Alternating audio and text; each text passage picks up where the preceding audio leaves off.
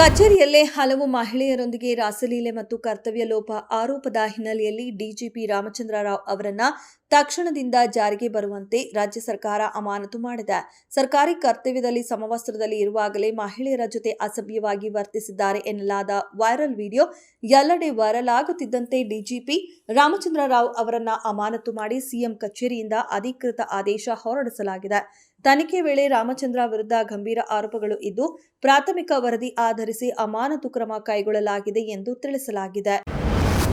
ಸಿದ್ದರಾಮಯ್ಯ ಅವರು ರಾಘವೇಂದ್ರ ಸ್ವಾಮಿಗಳ ಫೋಟೋವನ್ನ ನಿರಾಕರಿಸುತ್ತಿರುವ ವಿಡಿಯೋವೊಂದು ವೈರಲ್ ಆಗಿದೆ. ಈ ಘಟನೆಗೆ ತೀವ್ರವಾಗಿ ಪ್ರತಿಕ್ರಿಯಿಸಿರುವ ನಟ ಜಗ್ಗೇಶ್, ಅದು ರಾಯರಿಗೆ ಮಾಡಿದ ಅಪಮಾನವಾಗಿದ್ದು, ಇಂತಹ ಕೃತ್ಯದಿಂದ ಯೋಗ ಕೊನೆಯಾಗಲಿದೆ ಎಂದು ಎಚ್ಚರಿಸಿದ್ದಾರೆ. ಸೋಷಿಯಲ್ ಮೀಡಿಯಾದಲ್ಲಿ ಸಿಎಂ ಸಿದ್ದರಾಮಯ್ಯ ಅವರಿಗೆ ಸಂಬಂಧಿಸಿದ ವಿಡಿಯೋ ವೈರಲ್ ಆಗುತ್ತಿದೆ. ಈ ವಿಡಿಯೋಗೆ ಪ್ರತಿಕ್ರಿಯಿಸಿರುವ ನಟ ಜಗ್ಗೇಶ್, ಯೋಗ ಕೊನೆಯಾಗುವ ದಿನಗಳು ಸಮೀಪಿಸಿವೆ ಎಂದು ತಮ್ಮ ಎಕ್ಸ್ ಖಾತೆಯಲ್ಲಿ ಬರೆದುಕೊಂಡಿದ್ದಾರೆ. ಮುಖ್ಯಮಂತ್ರಿ ಹುದ್ದೆ ಬಹಳ ಸುಲಭವಾಗಿ ಸಿಗುವಂತದ್ದಲ್ಲ. ನಮ್ಮಣ್ಣ ಡಿಕೆ ಶಿವಕುಮಾರ್ ಅವರ ಹಣೆಯಲ್ಲಿ ಬಾರದಿದ್ರೆ ಅವರು ಸಿಎಂ ಆಗ್ತಾರೆ ಎಂದು ಮಾಜಿ ಸಂಸದ ಡಿಕೆ ಸುರೇಶ್ ಹೇಳಿಕೆ ನೀಡಿದರು. ಡಿಕೆ ಶಿವಕುಮಾರ್ ಪಕ್ಷದ ಶಿಸ್ತಿನ ಸಿಪಾಯಿ. ಪಕ್ಷದ ಹಿತದೃಷ್ಟಿಯಿಂದ, ಶಾಸಕರ ಹಿತದೃಷ್ಟಿಯಿಂದ ತಾಳ್ಮೆಯಿಂದ ಇದ್ದಾರೆ. ಎಲ್ಲ 140 ಶಾಸಕರನ್ನ ಒಟ್ಟಾಗಿ ತೆಗೆದುಕೊಂಡು ಹೋಗಬೇಕು ಎನ್ನುವ ಗುರಿ ಇದೆ. ಪಕ್ಷದ ಆದೇಶಕ್ಕೋಸ್ಕರ ಕಾಯುತ್ತಿದ್ದಾರೆ ಎಂದು ತಿಳಿಸಿದರು.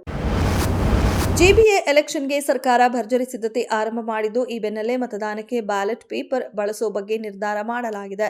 ಸರ್ಕಾರದ ನಿರ್ಧಾರಕ್ಕೆ ವಿಪಕ್ಷಗಳು ಕೆಂಡ ಕಾರುತ್ತಿವೆ. ಇದೀಗ ಕೇಂದ್ರ ಸಚಿವ ಪ್ರಹ್ಲಾದ್ ಜೋಶಿ ಸಿಎಂ ಸಿದ್ದರಾಮಯ್ಯ ಮತ್ತು ಡಿಸಿಎಂ ಡಿಕೆ ಶಿವಕುಮಾರ್ ಅವರಿಗೆ ಇದೇ ವಿಚಾರವಾಗಿ ಕೌಂಟರ್ ನೀಡಿದ್ದಾರೆ.